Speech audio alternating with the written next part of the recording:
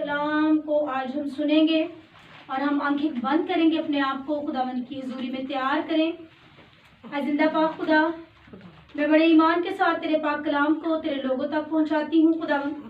जो कलाम तूने मुझ में उंडेला खुदावंद, मैं तेरी मिन्नत करती हूँ तो अपने लोगों पर उंडेल खुदूस खुदा बाप, ताकि आज का कलाम सुनने के बाद खुदावंद इनकी जिंदगियां सेम ना रहे खुदावंद, इनका यहाँ पर आना सेम ना रहे खुदावंद। आए कदूस जिंदा खुदा बाप, तेरे बच्चे तेरे कलाम को सुने, समझे और खुदावंद इस पर अमल करें और अपनी ज़िंदगियों को, और ना सिर्फ अपनी ज़िंदगियों को बल्कि दूसरों की ज़िंदगियों को भी तब्दील करने का बाइस ठहरे, मसीह यीशु के नाम के वसीला से आमीन आमीन। शुक्र। आज जो मेरा कलाम का टॉपिक है वो है कि हमारी ज़िंदगी रियल है कि या फेक है। Real life versus fake life. ठीक है, दो चेहरे हैं इंसान के और हर एक चीज़ के दो रुख, कहते हैं ना कि तस्वीर के दो रुख होते हैं, दो पहलू होते हैं। हाँ जी, तो आज हमने इस कलाम के एंड तक आज यहाँ से ये सीख कर जाना है कि आया हमारी ज़िंदगी रियल लाइफ हम गुजार रहे हैं कि फेक लाइफ हम गुजार रहे हैं। अच्छा, आजकल बड़ा सोशल मीडिया का दौर है और आपको पता है कि लोग अपनी सेल्फियाँ बनाते हैं। ठीक है, सामने सेल्फी बनाई मोबाइल पे और सेल्फी के वक्त जब बना रहे होते हैं तो क्या होता है, फेस पर एक स्माइल होती है। ऐसे होता है ना, हंसकर सारे सेल्फियाँ बनाती है, मुख्तलिफ किस्म की शक्लें बना कर सेल्फियाँ बनाती है, यानी कि खूबसूरत लगने के लिए या खुश दिखने के लिए। अब वो तस्वीर जब हम लोगों तक भेजते हैं, चाहे हम व्हाट्सएप के ज़रिए भेजें, चाहे हम, मुझे ज़्यादा चीज़ों के ऐप्स के नाम तो नहीं आते, जिस ज़रिए से भी हम लोग भेजते हैं, इंस्टा के ज़रिए या कोई और, तो क्या होता है फेसबुक पे भी, तो फिर क्या होता है कि लोग जो हैं उस तस्वीर को देखते हैं और दिल में सोचते हैं कि ये जो शख्स है ये बड़ा खुश है, ये बहुत खुश रहते हैं। जब हम अपनी फैमिली फ़ोटोज़ भेजते हैं, कहीं पे कोई पिज़्ज़ा खा रहा है, कहीं पे कोई आइसक्रीम्स इंजॉय कर रहा है, कहीं पे बड़े बड़े होटल्स में जाके तो बैठे हैं और वो तस्वीरें फिर क्लिक करके लोगों को सेंड करते हैं या स्टेटस पे लगाते हैं, तो दुनिया उनको देखकर कहती है कि ये फैमिली बड़ी खुश रहती है, इनको कोई टेंशन नहीं है, इनको कोई दुख नहीं है। फिर लोग अपना और उनका एनालिसिस करना शुरू कर देते हैं। ठीक है, लोग अपना और उनका एनालिसिस शुरू कर, हम क्या देखते हैं, तस्वीर का सामने वाला रुख देखते हैं कि अगर इस बंदे या बंदी ने बहुत प्यारी तस्वीर है तो ये, इसने बहुत ज़्यादा स्माइल है तो ये बहुत खुश है। कोई पता नहीं कि सामने हम लोग खुश हैं लेकिन हमारी जो पोशीदा ज़िंदगी है वो किस तरह की है। हो सकता है थोड़ी देर पहले हम रोए हों और रोने के बाद हमने एक अच्छी सी तस्वीर अपनी खींच के, थोड़ी सी लिपस्टिक लगा के, फ्रेश होके या भाइयों में मुंह हाथ धो के क्रीम श्रीम लगा के तस्वीर खींची है, हाँ ना, तो बड़ा आज लोग कहेंगे वाह भाई वाह, लेकिन थोड़ी देर पहले हम किस गम से गुजरे हैं ये सिर्फ हमारी ज़ात जानती है। लोगों के सामने हमारी क्या गवाही है ये हमारे फर्स्ट अपीयरेंस से पता चलता है। ये जो ज़ाहरी जो अपीयरेंस है उससे पता चलता है कि हमारी क्या गवाही है, हम लोग कैसे हैं। कुछ लोग कहते हैं जी कि ये लोग बहुत अच्छे हैं, ये लोग बहुत रूहानी हैं, ये लोग बहुत मजहबी हैं, ये लोग बहुत दुआ करते हैं, ये लोग किसी के साथ बदतमीज़ी नहीं करते, ये फैमिली बड़ी तहजीब वाली फैमिली है, मुहज़्ज़ब फैमिली है, ये किसी के साथ ऊंचा नहीं बोलते, इनके घर में जो है शोर नहीं होता। ये सारी चीज़ें वो हैं जो लोग हमारे बारे में समझते हैं। हमने ये देखना है कि हमारी गवाही खुदा के सामने कैसी है। ज़रा गौर से आज का कलाम सुनिएगा, हो सकता है हम में से बहुत सारों की ज़िंदगी बदले। जब मैंने सुना था तो मैंने भी इसमें से सबक सीखा है। अब हमारी ज़िंदगी खुदा के सामने कैसी है, हमने इस पर गौर करना। अब जब अकेले मैं होती हूँ, मैं उस अकेले टाइम में क्या कर रही हूँ वो आप नहीं देख रहे होते। उस वक्त दो हस्तियाँ देख रही होती हैं। कौन देख रहा था? एक खुदा और एक शैतान। शैतान भी उस वक्त बड़ी ही कुर्बत से वो चीज़ देख रहा होता है जो हम अकेले में करते हैं।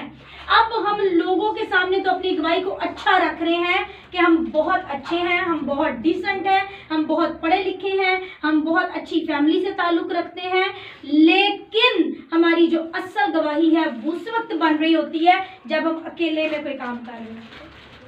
अब मैं क्यों आपको ये बात कर रही हूँ, यहाँ पर मैं आपके साथ पढ़ूंगी। निकालिए जिनके हाथों में बाइबल मुकद्दस, अय्यूब उसका 1 बाब और उसकी 8 आयत मेरे साथ आप निकालिएगा। जो निकाले वो बोले आमीन। पहला बाब और उसकी 8वीं आयत। हाँ जी, अभी हम पढ़ेंगे। जरा गौर से सुने कि जब आप अकेले कोई काम करते हैं तो शैतान देखता है। अब शैतान क्या अगला काम करता है, खुदावंद ने शैतान से कहा, तूने मेरे बंदा अयूब के हाल पर भी कुछ गौर किया। भाइयों को नहीं अभी मिला,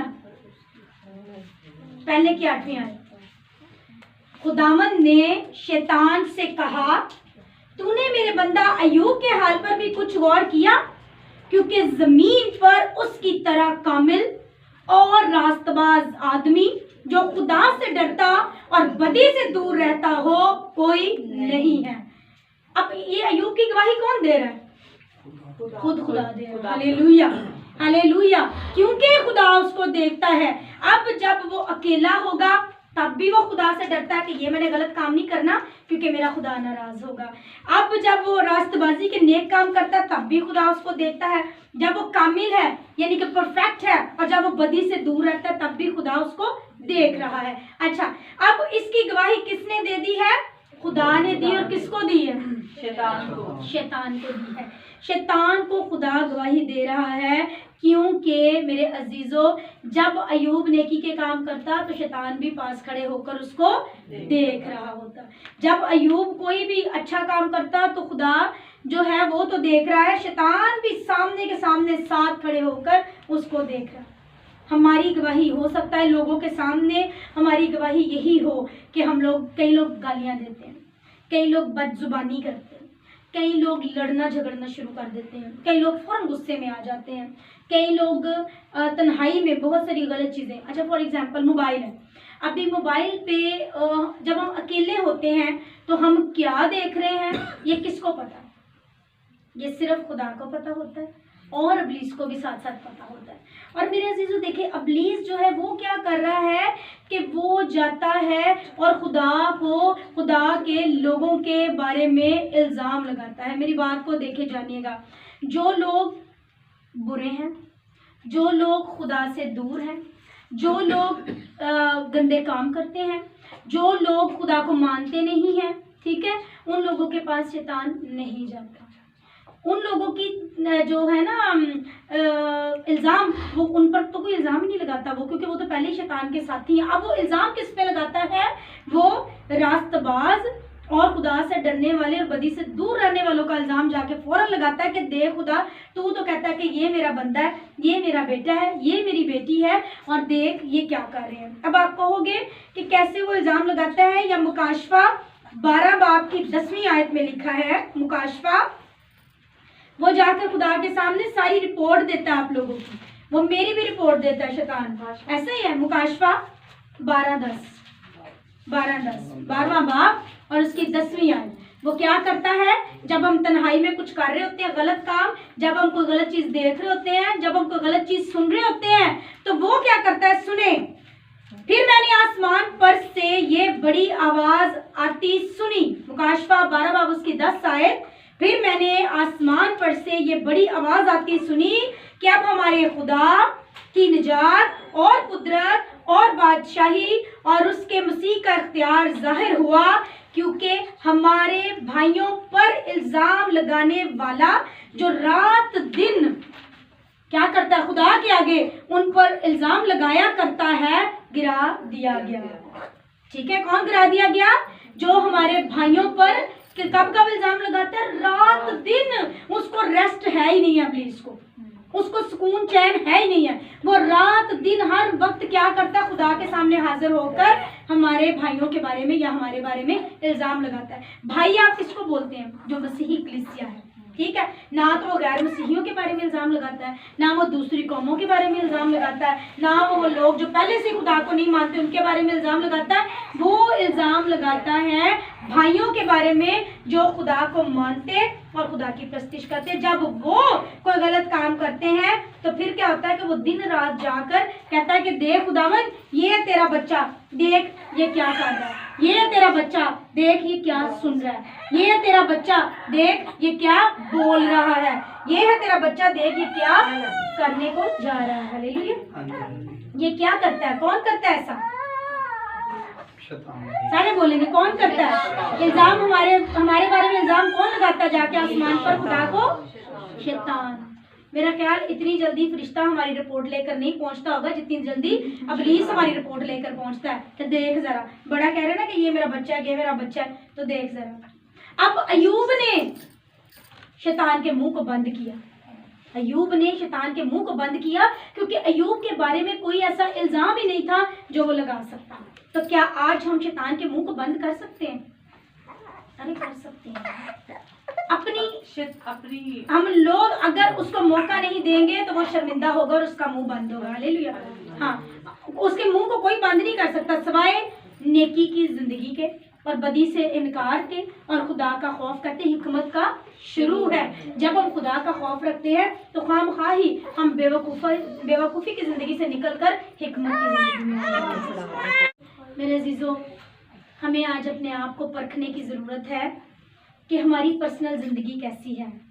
क्या हमारी ज़िंदगी ऐसी है कि जो खुदा है वो हमारी गवाही दे? हमारे बारे में खुदा गवाही देता है? बेटा आप सुने प्लीज़, हमारी गवाही खुदा देता है? खुदा देता होगा हमारी गवाही अगर हमारे काम अगर हमारे काम। अयूब जो था खुदा के सामने वफादार था, खुदा के सामने रास्तबाज था, खुदा का खौफ था, बुराई से दूर था। आज हमने एनालिसिस करना है कि हम अकेले क्या करते हैं। फॉर एग्जाम्पल, अगर खुदा ने हमें इतनी अच्छी सेहत दी है वो आज ना रहे, अगर खुदा ने हमें रुपया पैसा दिया है, जो सहूलतें घर में दी हैं, सब कुछ खुदा वापस ले ले, अगर हमारे सारे किए हुए काम बिगड़ जाए तो क्या हम खुदा के सामने इसी तरह वफादार रहेंगे? मुश्किल, हम मुश्किल में आ जाएंगे। हम लोग बुड़बुड़ाना शुरू करेंगे, हम कुड़ना शुरू करेंगे, हम रोना शुरू करेंगे। यस, हम लोग रोना शुरू करेंगे, हम कहेंगे ये क्या कर दिया, ये क्या हो गया।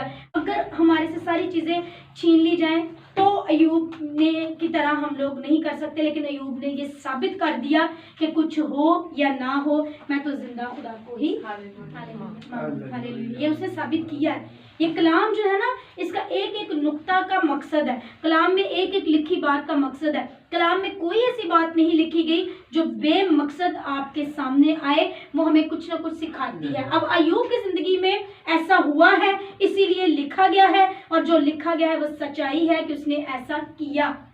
कुछ ना होने के बावजूद भी उसने खुदा की तमजीद, शुक्रगुजारी, वफादारी नहीं छोड़ी।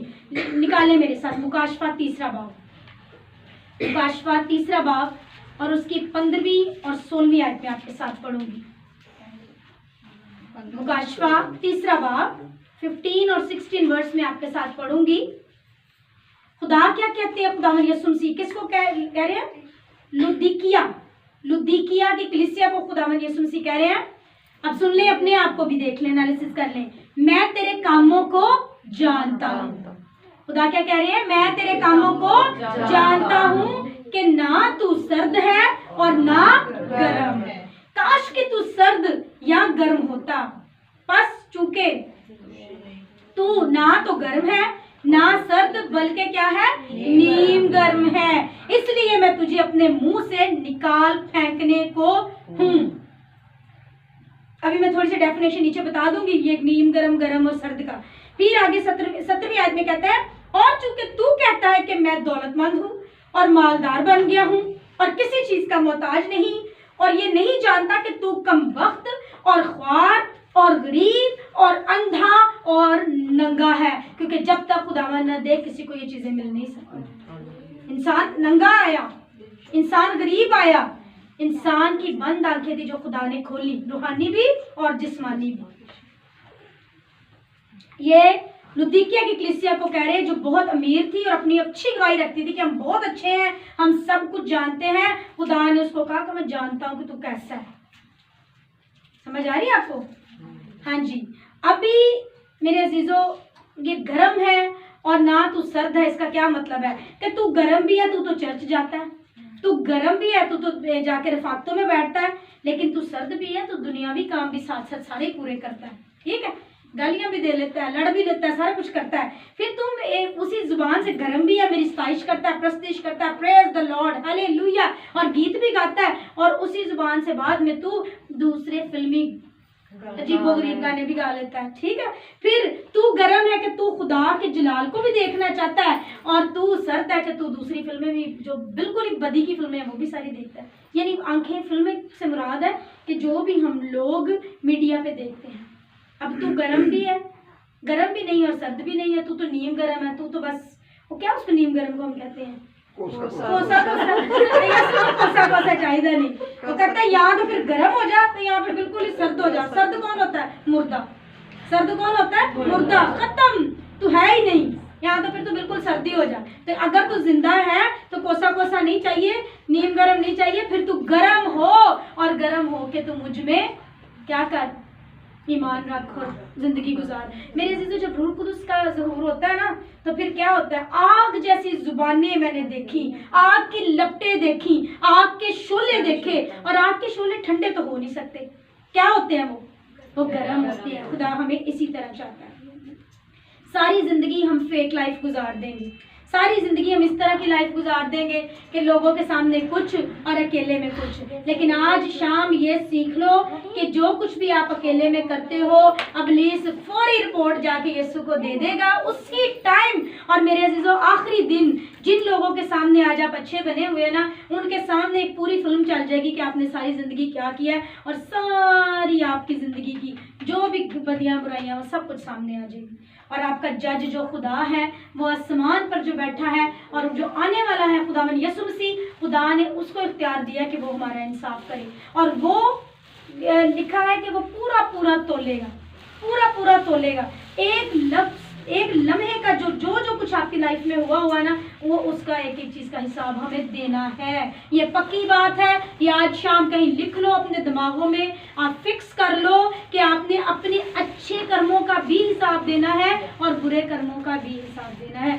खुदा इंसाफ का खुदा है, वो बिल्कुल बेइंसाफ नहीं कि आप अच्छा करो और वो आपको सजा दे, कभी हो नहीं सकता। और आप बहुत बुरा करो और वो आपको माफ करे। माफ करने का वक्त अभी है, जब तौबा करोगे, रिपेंट करोगे, गुनाहों का इकरार करोगे, आज वो माफ करेगा। लेकिन इंसाफ के दिन वो माफ नहीं करेगा, चाहे आप पिट के मर जाओ, जो मर्जी कर लो। अब आपके सामने मैंने कुछ क्वेश्चंस लिखे हैं कि हमें किसके सामने सही बनने की कोशिश करनी है। कोशिश क्या करनी है? हमें किसके सामने सही बनना है? इब्लीस भी देख रहा होगा। इब्लीस भी देखता है, इसलिए हमें इब्लीस को भी दिखाना है कि हम किसके बच्चे हैं। तुमने मुझे नहीं बल्कि मैंने तुम्हें चुन लिया है। लास्ट में मैंने सोमवार बताया था कि इतनी बड़ी दुनिया में से खुदा ने हम मसीहियों को चुना। अब इब्लीस हमारे पीछे पड़ा हुआ है, क्योंकि उसको पता है कि ये वो हैं जिनको बेटर बेटियां कहा गया, बाकी वो हैं जो उसके गुलाम भी कह लो, खादम भी कह लो, सब कुछ ही है। दुनिया उसने बनाई, वो खालिक है उनका और वो उसकी मखलूक है। लेकिन जो मसीही हैं वो मखलूक ही नहीं है, सिर्फ उसके बेटे और बेटियां हैं। अब इब्लीस नजर पे है, ताड़ में है, कब ये करे फट जाऊं, कब ये करे फट जाऊं, और जाकर बता के हूं। दूसरी चीज मैंने क्वेश्चन लिखा है कि क्या आपकी लाइफ ओरिजिनल है या फेक है? कभी कभी फेक बन जाते हैं हम लोग, हैं कभी कभी हम बड़ी ज्यादा हम लोग फेक रहते हैं। लेकिन खुदा को फेक ना, वो खुद फेक है और ना उसको फेक लोग पसंद है। हमारा बाप जो है वो बादशाहों का बादशाह, शहनशाहों का शहनशाह, खालिक और मालिक प्योर ओरिजिनल है। उसके बेटे और बेटियां फेक कैसे हो सकते हैं? वो मिक्स को कभी भी पसंद नहीं करेगा। ना तुम नीम गर्म भी रहो, तुम गर्म भी रहो, तुम सर्द भी रहो, कभी कुछ बन जाओ कभी कुछ, ऐसा नहीं चल सकता। हालेलुया। हमारा खुदा जो है वो हमारी सच्चाई को भी जानता है, वो हिसाब के दिन हमारा इंसाफ भी करेगा। और मेरे अजीजों, मैं आपको एक बात बताती हूँ कि जब शैतान खुदा के पास जाकर कहता है कि देख तेरी बेटी रिफत ने आज क्या किया, आज उसके मुंह से ऐसी बात निकली जो तू नहीं चाहता था, तू उसको प्यार करता, तू कहता वो मेरी बेटी है, वो मेरा कलाम सुनाती है।